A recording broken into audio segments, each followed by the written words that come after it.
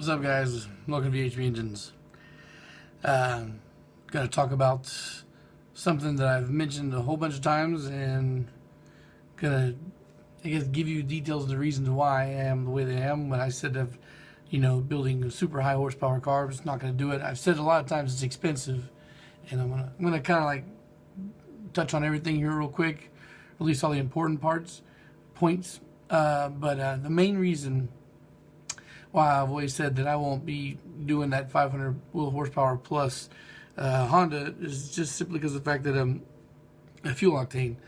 As much as the fucking American guys like to preach that there's no replacement for displacement, they're right when it comes to making power. There's no replacement for the displacement, and to force that kind of power levels out of these 4-cylinder engines it's not that hard. I mean, there's a clear path to do it. It's just an expensive path. And it also requires a higher octanes fuel. Now, there's a lot of guys running around E85 using it like it's race gas, and it's great stuff. I think, if I remember correctly, it's around like 110 octane, the E85 is. But my problem is I still consider E85 race gas simply because of the fact that you can't get it at every gas station. Like, if I can't drive across country and know that every time I stop at a gas station it's going to have E85, then it's just not for me. Even if I'm not going to ever plan on daily in a car or long distance drive, it just seems to be practical to be able to have, the car being able to drive without having to worry about that crap. Now, for you smart guys out there thinking, well, just run 2 programs on the computer. Well, no, I don't want to do that. I like consistent power, which is why I love turbo. I want consistent power every time I smash on the gas pedal. And I don't want to race somebody like, well, bro, if I had my 85 tune, I would have totally had you. No, I don't. It is where it is, always, no excuses. That's just the way I like it. It's the way I prefer. So that's a big thing for me. And now maybe I'm not completely, totally saying I'll never go that route. And eventually, maybe if I get popular enough and I ever get to the point where I do my part shop like I want, maybe I'll make a shop car and make a 500 horsepower plus car. But as for the immediate future for myself, not going to happen. But for any of you guys that may be interested in it, you want to know a little bit more about what it takes to get there, you need okay, so starting from the power adder itself, the turbo, right? If you've watched enough of my footage on my channel, you've seen that I love to buy cheap parts. I don't mind buying knockoff stuff or stuff that people would consider to be knockoff, and I run it because it does me fine for good periods of time. Not enough for me to ever want to change that. So for 500 plus wheel horsepower, you're talking about some pretty serious strain on the turbo, and that's the core of your build, or one of the cores for your power gain. So you can't really go cheap on that anymore. You can't, if you're trying to push a cheap brand turbo past that, you're liable to blow it up. It's just going to be a hassle, waste of time.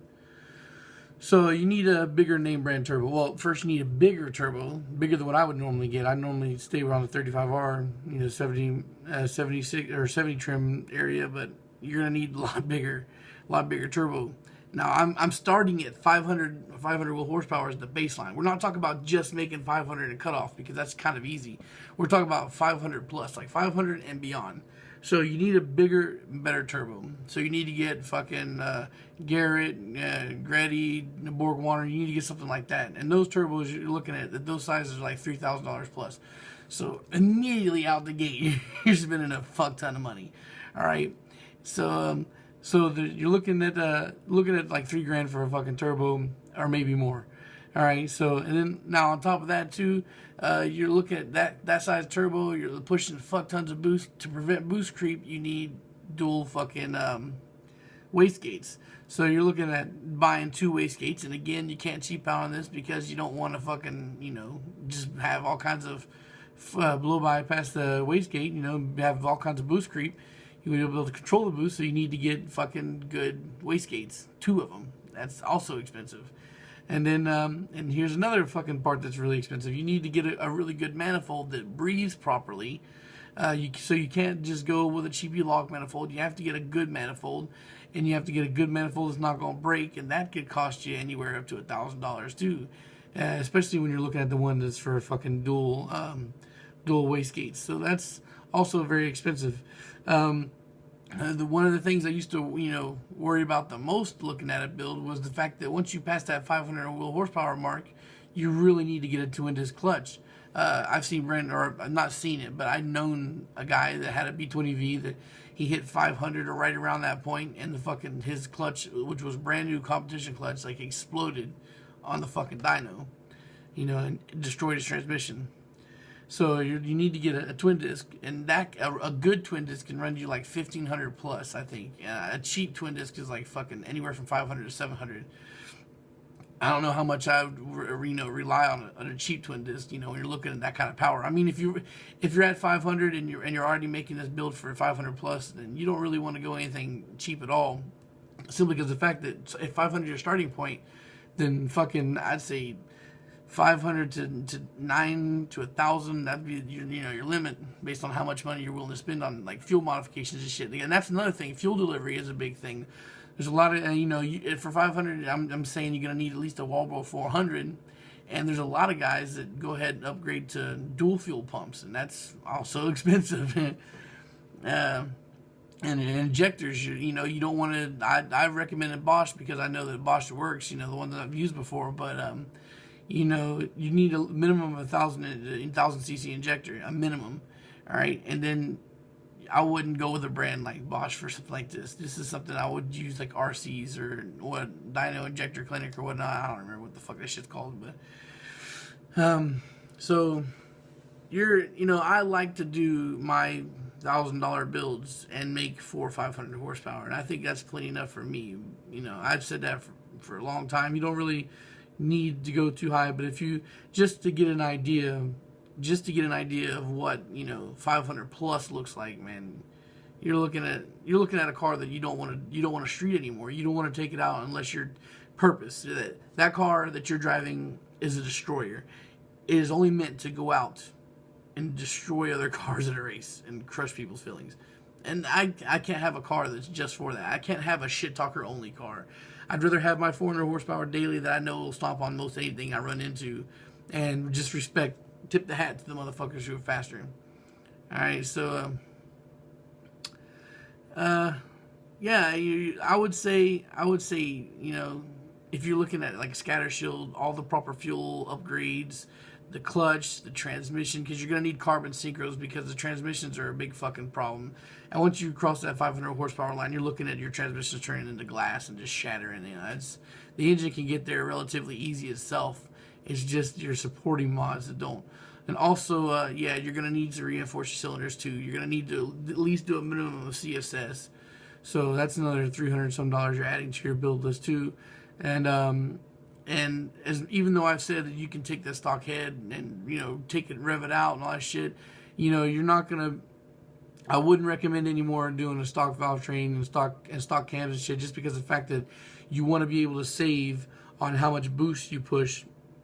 So you want to go ahead and upgrade to a more aggressive cam, and if you're going to upgrade to a more aggressive cam, then you need to upgrade your valve springs and retainers and all that shit too to go along with it. So once you're looking at 500, getting there is pretty easy. Once you crossing that threshold is when it becomes, every little mod that you do becomes like a big deal. So definitely don't want to go with a stock head anymore at that point. You want to do cams. And just said that, I'll say it again. Anyway, like I said, this is just to give you a brush up on an idea. You're looking at, I would say, it is possible to spend $10,000 on a car like this, and that's just the engine itself. You gotta realize that putting the power to the ground isn't very easy after that point too.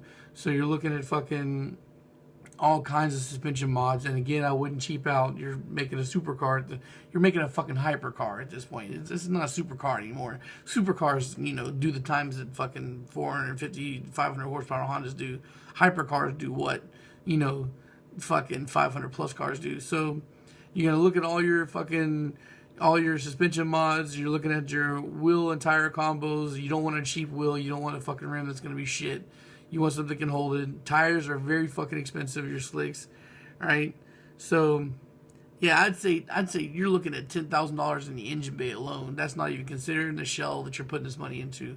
So just, if you're one of these guys that are new to cars and you see a lot of fast guys out there and you want to emulate, just take a little time to think about it. Just be realistic about what your budget is and what you can do.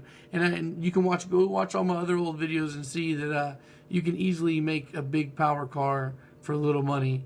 So I wouldn't stress yourself out if you're just like somebody getting new to the scene, or if you're younger and don't have a lot of money to spend. I wouldn't so much worry about 500 plus.